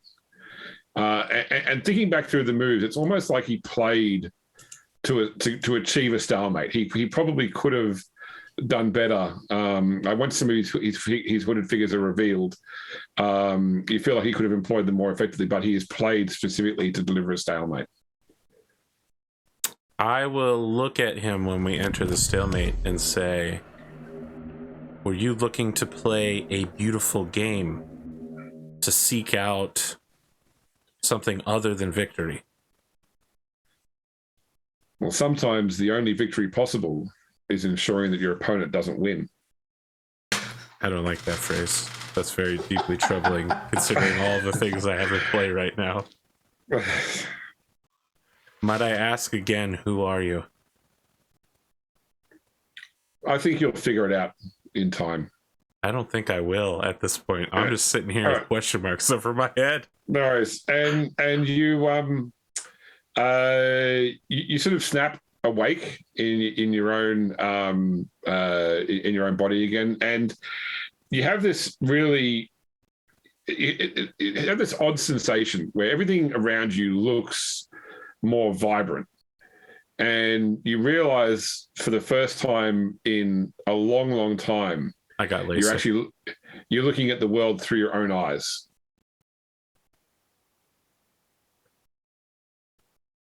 And that's what we'll leave it today. Like, not my cyber eyes, my real human eyes. Yeah. Okay. All right. That's really odd. That I have several questions, like where are my cyber eyes? Number 2 is what happened to the blindfold I wear? I have a lot of questions. Are there 2 cyber eyes and a bloody blindfold just lying on the ground? Strange, just like, what happened? I don't know. All right, James, I'm deeply confused. All these questions and more will be answered next week. Spoon, do you want to give me some hints here as to who this motherfucker could be? So my Mr. Golden Eyes? Yeah, this is either... so I have 3 theories. Each of them are crazier than the last one. So one, it's some manifestation of the Emperor. Yeah, that's the only thing I had. 2, it's Malcador the Sigillite, or some... I thought that guy was dead. Well, he is, but he died on the Golden Throne. Okay, all right. And then the 3rd is it's some sort of weird psychic connection with... because I believe Abaddon has been described as having golden eyes before. Abaddon the Despoiler? Yes. I don't want to play chess with that guy. I want to stab him in the heart. That's the wildest theory. I thought it was Kagorek or whatever the Harlequin is, but he definitely dispelled that immediately. Yeah, no, I think it was human, right? Like this person. All I got was he was wearing a hood and had golden eyes. That was why I thought it was Kagorek, because I implied that we should be playing an Eldari strategy game. In that case, it could also be Eldrad or Eldrad. I don't know who that is either. He's the like big time seer of all the Eldar. Fucking Eldar. They're always doing things. My guess it was a different version of Androchiron. A different version of Androchiron? Well, you can now see through your eyes, right? I mean, his logic score is way too high for that to be Androchiron. Androchiron's logic is 25. That Like, guy's logic was 200. So push Eldred up to the before the Emperor in my theory list, depending on whether or not he's human. Listen, if the Emperor is appearing to Androchiron while he's thinking the thoughts he currently is and making the plans he currently is, that's a really bad sign. The Emperor should not be approving of what I'm about to do. Speaking of someone that the Emperor approves of, Don, let's do your outro. Hey everyone, if you want to support me, all of my shit is on sale right now. All of it. Steam sale? I have... Yeah. How much for the fan behind you?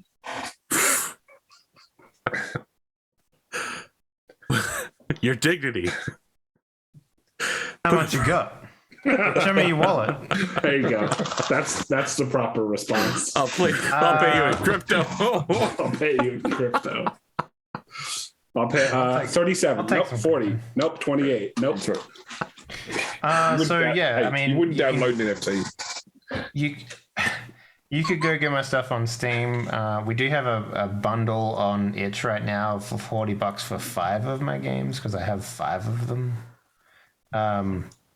Only 2 are on Steam though, so go there and do that. And I don't know. I mean, Under Contract is selling stupidly well. Like, I'm actually just sitting here, just being like, oh yeah, life is good again. Oh, God, all that hard work is paying off. So I don't know. People seem to really like that game as much to Arthur's chagrin, right? So I don't hate it when people enjoy things I don't like. That's a first. No, I'd like people to like things correctly. Yeah. So there we go. It doesn't mean I don't like them. It just means that I just, don't respect them anymore. I just want to rule the world, So, if you actually have any talent at all at playing video games, you'll enjoy Under Contract.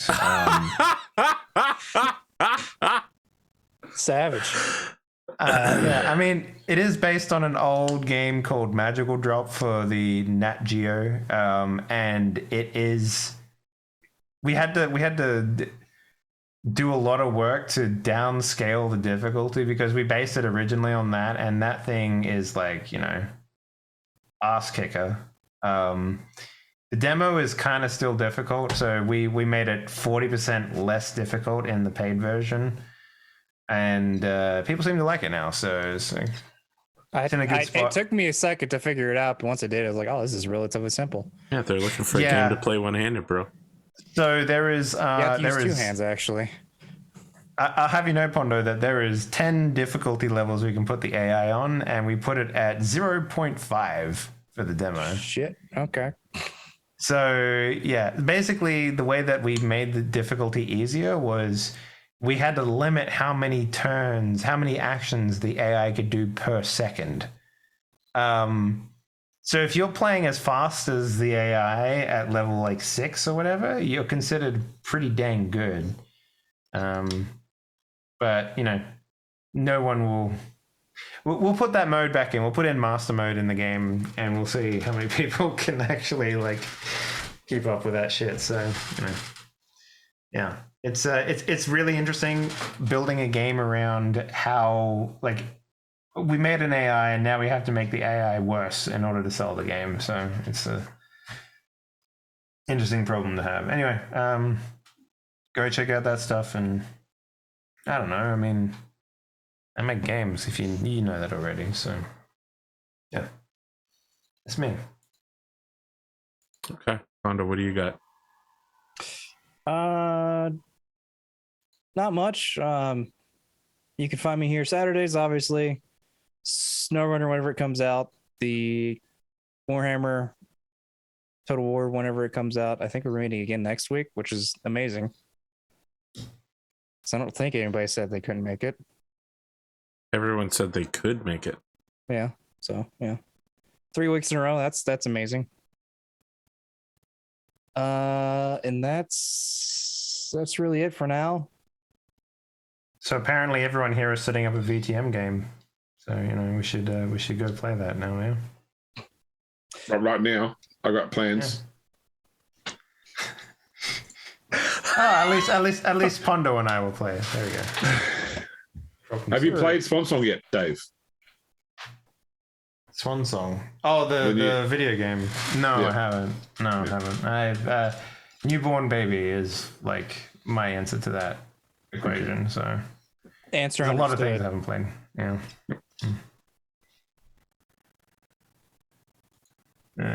That's it for me. Okay. Spoon. You can find me on Arthur's Discord. I'm here on Saturday nights. I'll be on Solaris nights whenever we can find a time to schedule with Ludeman for Hillbilly versus Seth. Yeah, it was a good episode tonight. Finally got the arc done, I guess, right?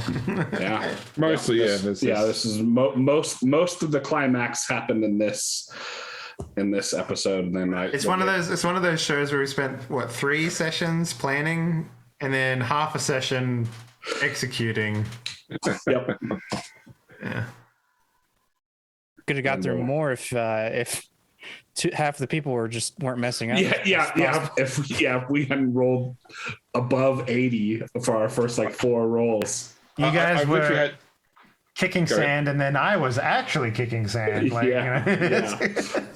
I've literally had a situation in a game once before where I gave the players a thing to think around, how they're going to do this whole mission basically, and the players come up with such a good idea that had no areas that could go wrong. It didn't require they didn't rely on luck at all. I'm sort of okay, great. Well, I guess you do that and it works.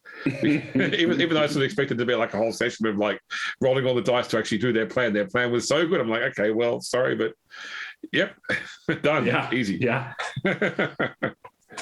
That's the kind of game I like to play. I would have accepted that too. I was all right, that's nice. I'll do that. And it was oh, you got all these guys in front of him. Shit. Okay. Think, Dave. Think. It's called strategic planning. So one of the nurses in my game from this week told me that they've got one of my tells that in role playing games, when I say no worries, that means there's something definitely to worry about.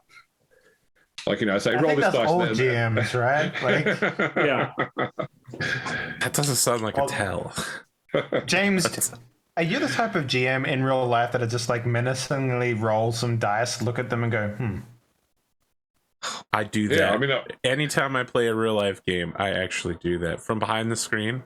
Mm-hmm. Yeah, I mean, I've literally passed players notes that say, I want you to roll a dice, point at another player, and say him, and hand me the note back, and that's it. Not actually doing anything, but just to try and create paranoia among the group. There you go. I think paranoia always give it to the rogue.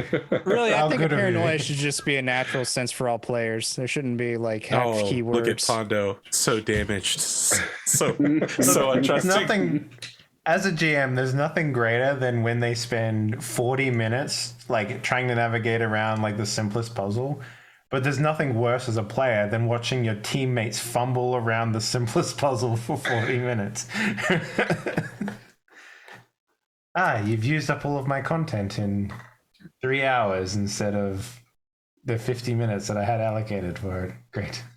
I'm just glad that Spoon got to kill Anyara rather than the NPC. Yeah. Yep. Wow. He was the only one that knew about your mind-bending ways. Right? No. All right. I'm glad I finally got to use the War Scythe, actually. To pretty good effect. I mean, it's almost as good as using the Power Fist, if not actually better, because it has the felling. Mm-hmm. Plus, you could probably parry with it.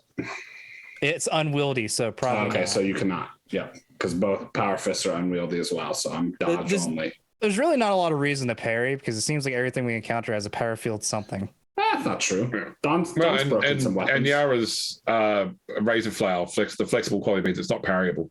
Yeah. Well, James, it's time for your outro.